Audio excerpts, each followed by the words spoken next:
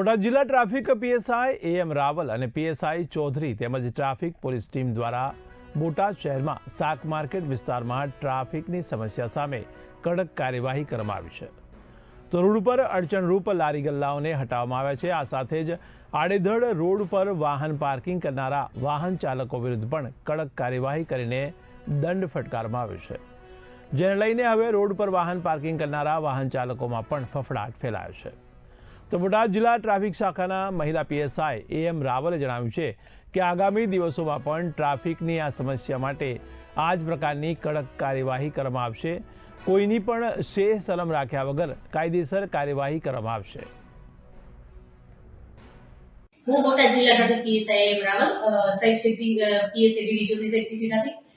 અમારા એસપી સાહેબની ટ્રાફિક બાબતે સૂચના છે કે ટ્રાફિકની સમસ્યા દિવસે દિવસે વધતી જઈ રહી છે બોટાદ સિટીમાં, ખાસ કરીને માર્કેટ વાળા વિસ્તારમાં કે જ્યાં નાના વેપારીઓ જેમ કે શાકભાજીના લારી ગલ્લાવાળા છે એ બધા લોકો રોડની વચ્ચોવચ્ચ અથવા સાઈડમાં વધુ દબાણ કરી અને ધંધો કરતા હોય છે, જેના કારણે ટ્રાફિકની સમસ્યા થોડી વધી રહી છે.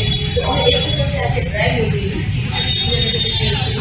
અને એ દરમિયાન અમે વધારેમાં વધારે ગામો તથા વધારેમાં વધારે જે લારી ગલ્લાવાળા હોય છે તે લોકો ગાડીવાળી કરી અને ટ્રાફિકની સમસ્યા બને એ માટે પ્રયત્નો કરાયા.